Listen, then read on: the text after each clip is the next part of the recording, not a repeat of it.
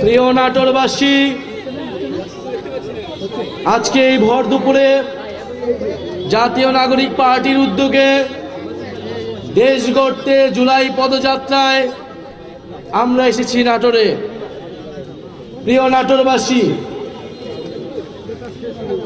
আপনারা জানেন এই নাটোরে জুলাই গণ অভ্যুত্থানের ৮ জন শহীদ রয়েছেন। তাদের মধ্যে ৫ জন শহীদকে এই নাটোরেই মৃত্যুবরণ করতে হয়েছিল।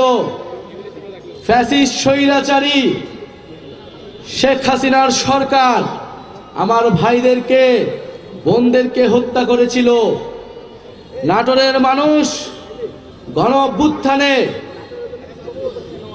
যেভাবে লড়াই করেছিল বুক চিতিয়ে, নাটোরের ছাত্ররা, নাটোরের জনতা, নাটোরের শিক্ষক সমাজ সবাই রাজপথে নেমেছিল। সকলের ঐক্যবদ্ধ প্রচেষ্টার মাধ্যমে আমরা ফ্যাসিবাদকে হটাতে সক্ষম হয়েছিলাম। বন্ধুগণ, 2024-এর গণ অভ্যুত্থানে যেভাবে আমরা স্বৈরাচার ফ্যাসিবাদের পতন ঘটিয়েছিলাম, আমাদের এবারের লড়াই, এবারের যাত্রা দেশ গঠনের জন্য। কারণ আমরা স্পষ্টভাবেই বলেছি যে ফ্যাসিবাদী সরকারের পতন হলেই হবে না, দেশ সংস্কারের মাধ্যমে নতুন করে এই বাংলাদেশকে গঠন করতে হবে। এমন একটি বাংলাদেশ গঠন করতে হবে যেখানে গণতন্ত্র থাকবে, যেখানে সমতা থাকবে, যেখানে ইনসাফ থাকবে। একটি দুর্নীতিমুক্ত বৈষম্যহীন বাংলাদেশ গড়া এই তরুণ প্রজন্মের, এই গণ অভ্যুত্থানের ছাত্র জনতার আকাঙ্ক্ষা। কিন্তু 5ই আগস্টের পর থেকে সেই আকাঙ্ক্ষা থেকে নানা পক্ষ সরে গিয়েছে। আমরা আজকেও শুনতে পেয়েছি আমাদের নাটোরের এই কর্মসূচিতে ন্যাক্কারজনকভাবে বাধা দেওয়ার চেষ্টা করা হয়েছে, আমাদের ব্যানার ছিঁড়ে ফেলা হয়েছে। হুঁশিয়ারি দিতে চাই, মাত্র 1 বছর আগের ঘটনা। এই ব্যানার ছিঁড়ে কর্মসূচিতে বাধা দিয়ে যারা ক্ষমতায় দীর্ঘায়িত হতে চেয়েছিল, তারা আজকে বাংলাদেশে তাদের ঠাঁই হয় না।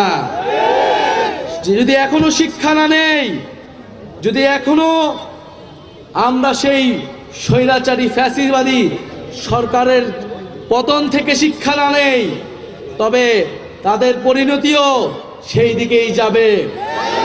প্রিয় বন্ধুগণ, আমরা জানি নাটোরে কোনো ভালো শিক্ষা প্রতিষ্ঠান নেই, উচ্চশিক্ষার কোনো প্রতিষ্ঠান নেই। আমাদের এখানে গ্যাসের সংকট রয়েছে। আমরা এত উন্নয়নের গল্প শুনেছি, কিন্তু আজকে নাটোরে আমরা দেখি এত ধরনের অবহেলা এবং বৈষম্য। জাতীয় নাগরিক পার্টি আপনাদেরকে কোনো মিথ্যা আশ্বাস দিতে এখানে আসেনি।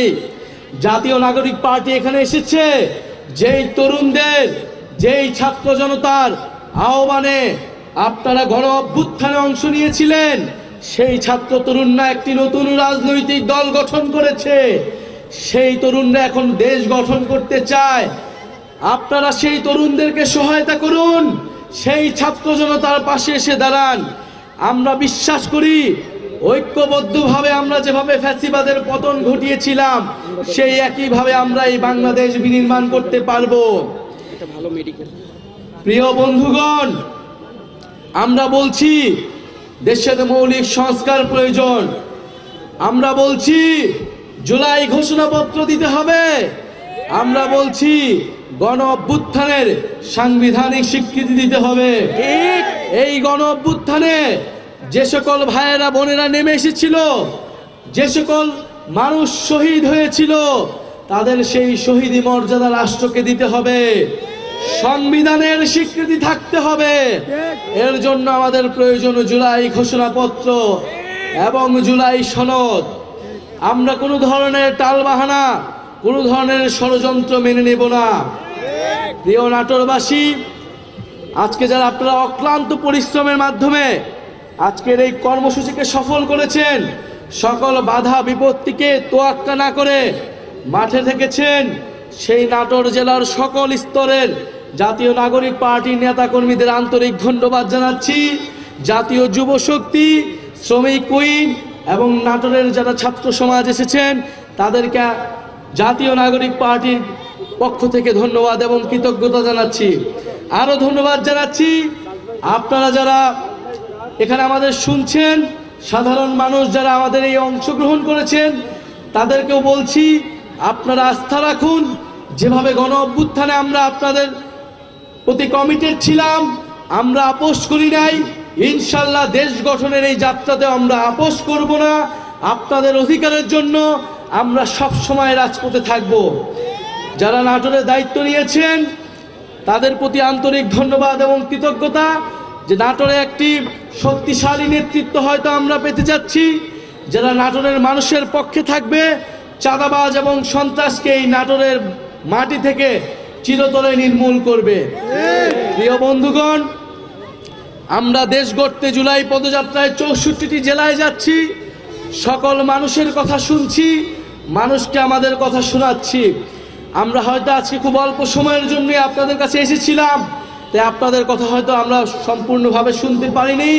যারা নাটোরের দায়িত্ব রয়েছেন তারা আপনাদের কথা শুনবেন এবং ইনশাল্লাহ আমরা 3রা আগস্ট শহীদ মিনারে যে ইশতেহার ঘোষণা করব, সেখানে আপনার আমার সকলের অর্থনৈতিক, সামাজিক, সাংস্কৃতিক মুক্তির কথা থাকবে, নতুন বাংলাদেশ পুনর্গঠনের রূপরেখা থাকবে। আপনাদের সাথে